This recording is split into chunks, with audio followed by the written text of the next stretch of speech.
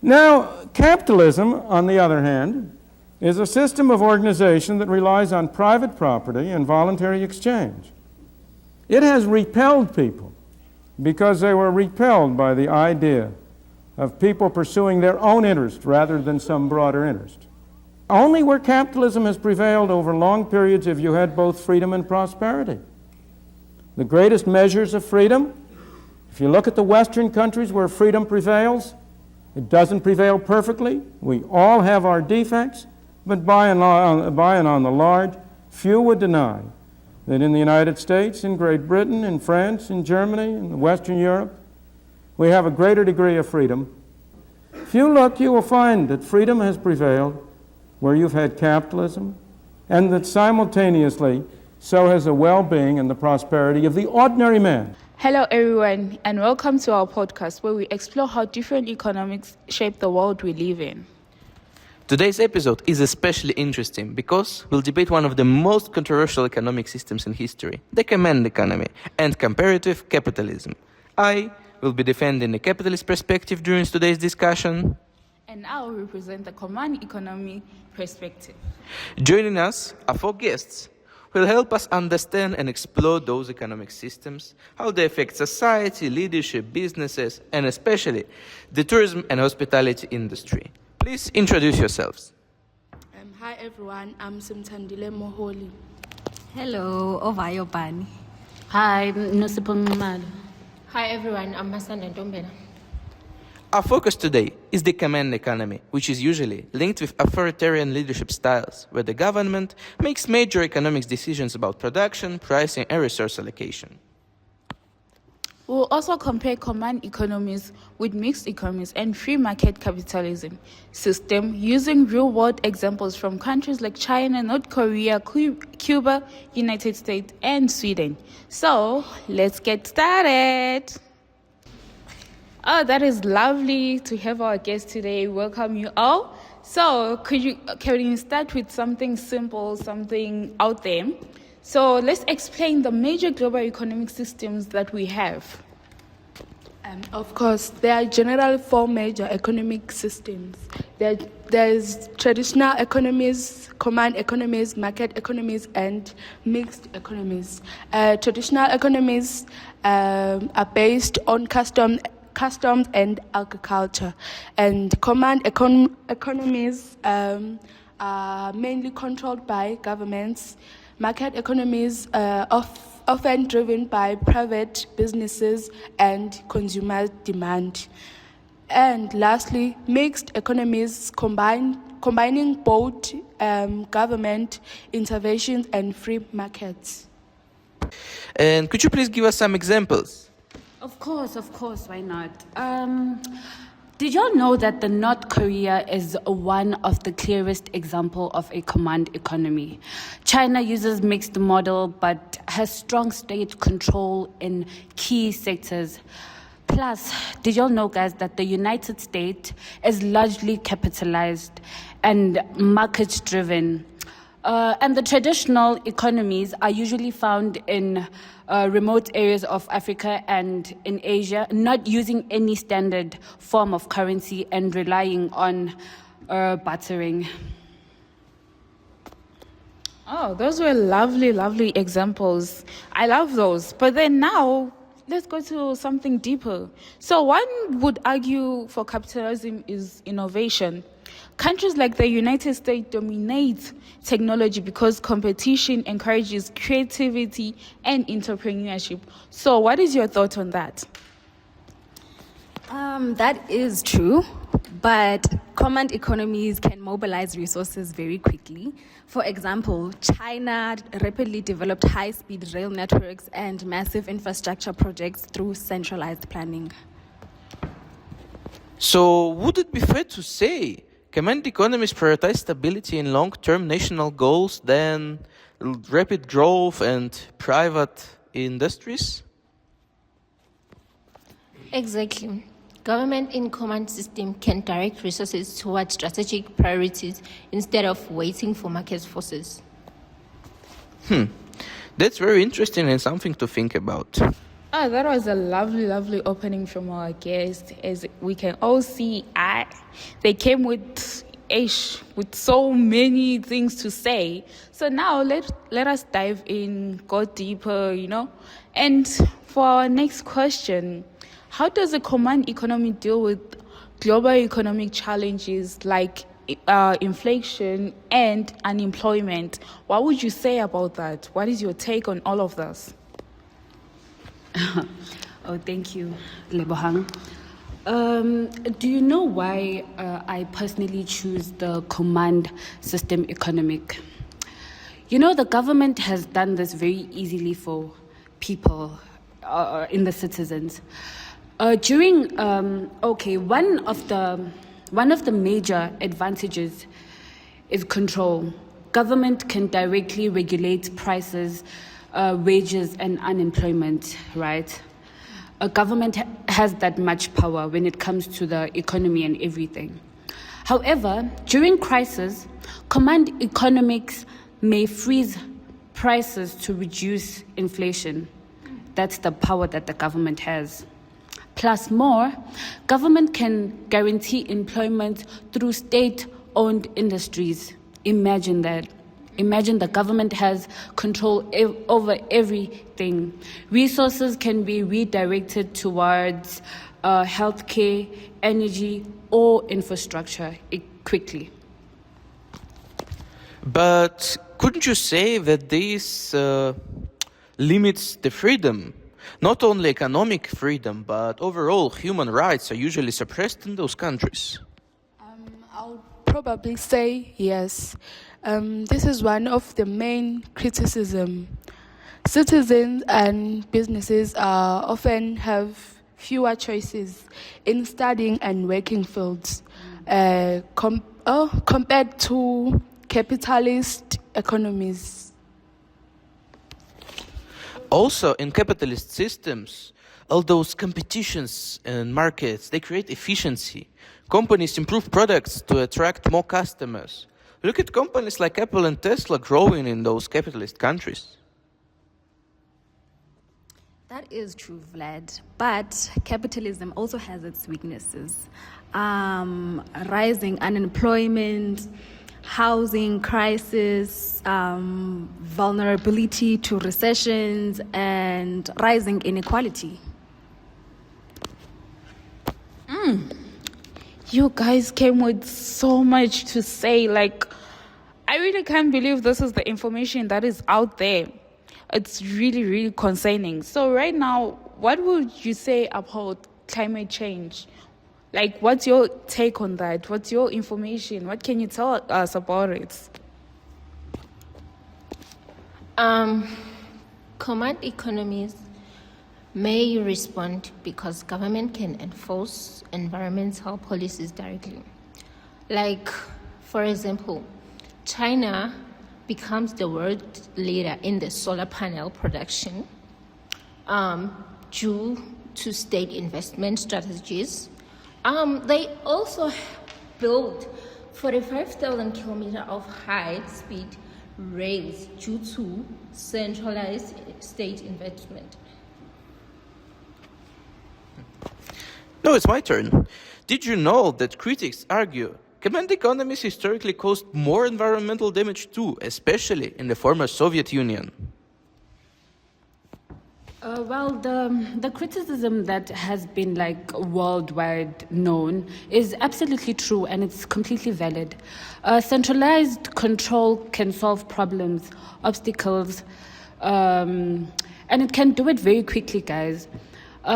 We cannot leave the part that the government has tried so much for this economic system to be alive till this point. But poor leadership decision can also create large-scale failures. So it is valid. It is a valid point. Glad. Yeah, maybe the Soviet Union fell exactly because of the poor leadership. Some valid points have been said, and as we can all see, it seems like leadership is really, really lacking. I wonder what's the issue with the leadership. But then, let's go back to where we started. as we all know, we mentioned a leadership style before, and we want to dive into it. So, what leadership style is most associated with command economies? The leadership style that is most associated with command economies is authoritarian leadership. Let me explain. This means that decisions are centralized, political leaders maintain strong control, and policies are implemented in a haste. You know, that does sound efficient, but risky. Can any one of you tell us the disadvantages and possible advantages of those leadership? Yeah, the advantages of this can include national coordinations, things like fast decision makings and strong crisis management. But also, disadvantages can include things like the lack of public participation, limited innovation, and I'm getting this. I'm getting the. Okay. Oh no, bro. Okay. One. Oh, I turned the shit off. Can you please compare this leadership style with the capitalism leadership style? Capitalist system often encourage entrepreneurial leadership, participative management, and private sector innovations. No, that's why many tourism and hospitality companies thrive in capitalist economies. Businesses can adapt quickly to customer preferences. Yes, but command system can also achieve major tourism goals when government prioritize infrastructure. Let me just give you all a simple and well-known example. During COVID-19, when the world fell apart, the economic system was bailing very bad. We didn't know what to do. There were no jobs, nothing. People had nothing to eat. People were struggling to maintain even the smallest needs that is well needed. Who was there for the country, Vlad? That is why I strongly support the command system. However, another example, China invested heavily in airports, rail systems, and tourism zone through state planning. Also, Cuba relies heavily on tourism revenue despite state economic control. Wow, those are some really valid points from our guests. You guys brought fire. If you're not watching this, then I don't know what you're doing. You better start watching. They don't know. Сегмент 4, дубль 3.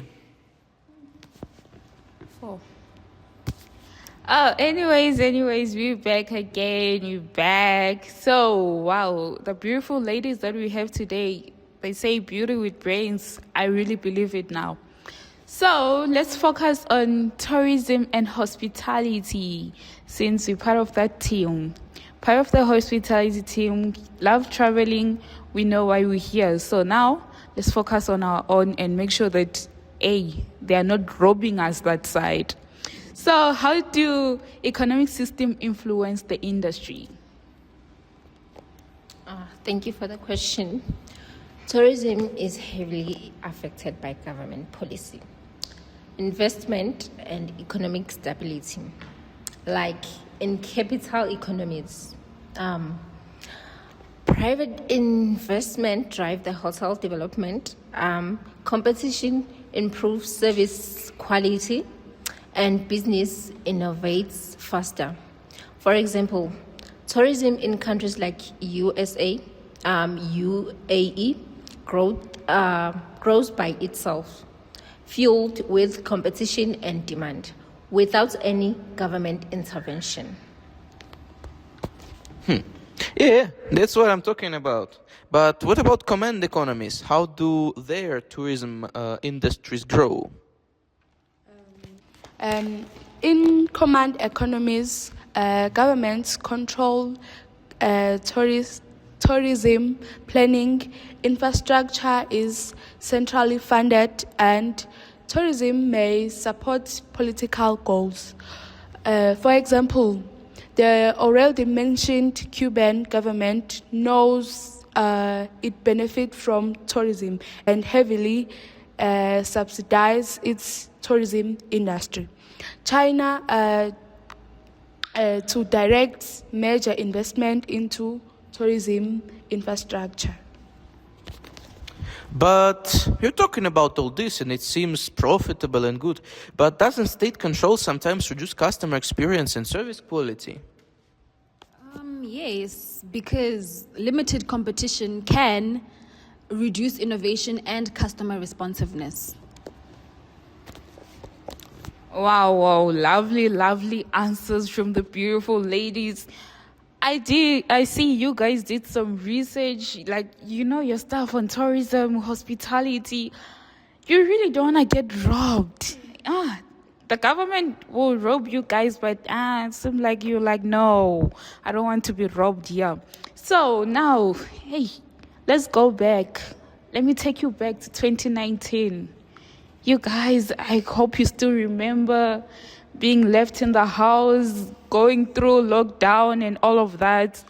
Let's go back there. I'm taking you back to COVID-19. One is related to uncertainty. Uncertainty actually, after the pandemic, didn't stop. So we came from one to the other. So this means that policies have to be adaptable. Companies have to be flexible. We have to have several plans, several alternatives.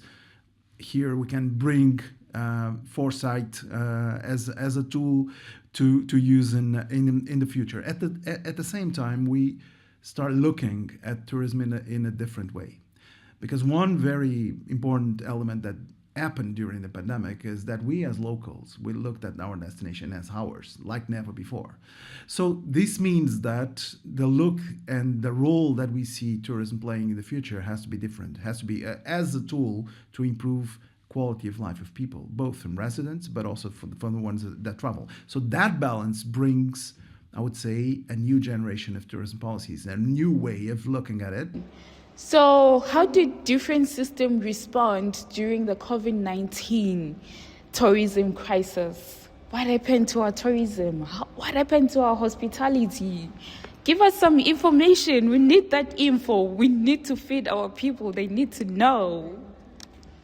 That is a very interesting question. If I can recall correctly, command-style systems often enforced strict travel restrictions, centralized health measures, and coordinated responses quickly. And what about my beloved capitalist states? How did they react?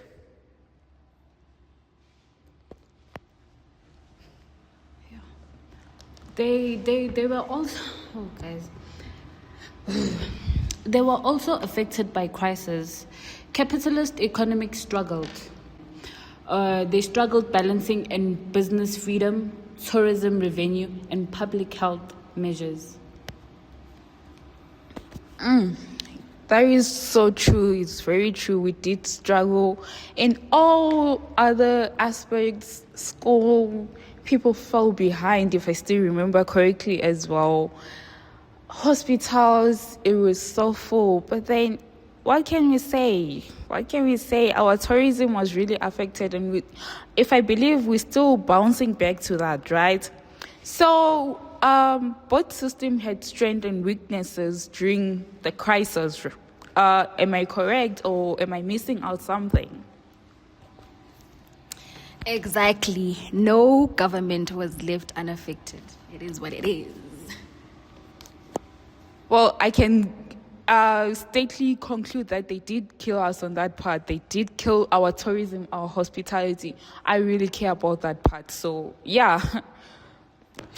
You know, despite all the debates and advantages and disadvantages, I still believe capitalism creates stronger economies overall, because innovation comes from competition and individual freedom. Well, I hear what you're saying, and that's your point of view, but capitalism can also increase inequality, millions of people may remain unemployed and unable to afford basic services while corporate grows wealthier. That seems so unfair to me. So we might have different opinions on this. What would you say about that? Well, the opinions are different, but the facts are the same. Authoritarian leadership often suppresses freedom and discourages creativity. I think it's better than some people may be poor, but some may grow and advance. Then in authoritarian leadership, everyone can be poor and no one can do anything about it. Do our guests have anything to say? That is why many countries today use mixed economies instead of pure systems. I've heard you mention it before, like China and everything, but can someone explain it more thoroughly? Certainly, Vlad, certainly. Mixed economies combine market competition, private ownership, and government interventions. Countries like Sudan balance capitalism with strong social welfare systems. Actually, according to World Bank, mixed economies dominate most developed countries today. What do you have to say about it? I actually love those answers. They're really researched. They know where they come from and all of that. So, what about the economic system being perfect? What would you say about that? I think no economic system is perfect because economic success depends not on the system itself, but also leadership quality, governance, transparency, and the adaptability. I think, like in tourism especially, government and business must cooperate. Infrastructure often needs public investment, while customers' experience depend on private innovation. Yeah, that's true. They should cooperate, or else no economic system can save them. So, my friends, today we have explored command economies, capitalism, and mixed economic systems. None of them are perfect, but we knew a lot of them today more than we knew before. We really did discuss a lot and we learned a lot from you guys. You did come with information that we also didn't know about. We discussed how command economies use authoritarian leadership to make centralized decisions and address national priorities quickly. At the same time, capitalism encourages innovation, entrepreneurship, and consumer choice. That's why I still prefer to defend it. We also learned that both systems affect tourism and hospitality differently through investments, decision, workforce management, crisis responses, and infrastructure development. Yes, all of those rates are different, and ultimately, no system is completely perfect. Every economy faces its troubles, trade-offs between equality, efficiency, freedom, and stability. Nothing can be equal. Some will have to be suppressed to achieve greatness and economic success. I believe, as I said, we all learned a lot and we still got a lot more to learn about. But today, you guys were so amazing. You brought us information. It was so lovely to have you guys with us today. So, to our expert guest, thank you so much for joining us. And to our viewers at home, I was your host, Lebohang Ndlovu, alongside my co-host, Vladimir Leider. And thank you everyone for listening and being with us.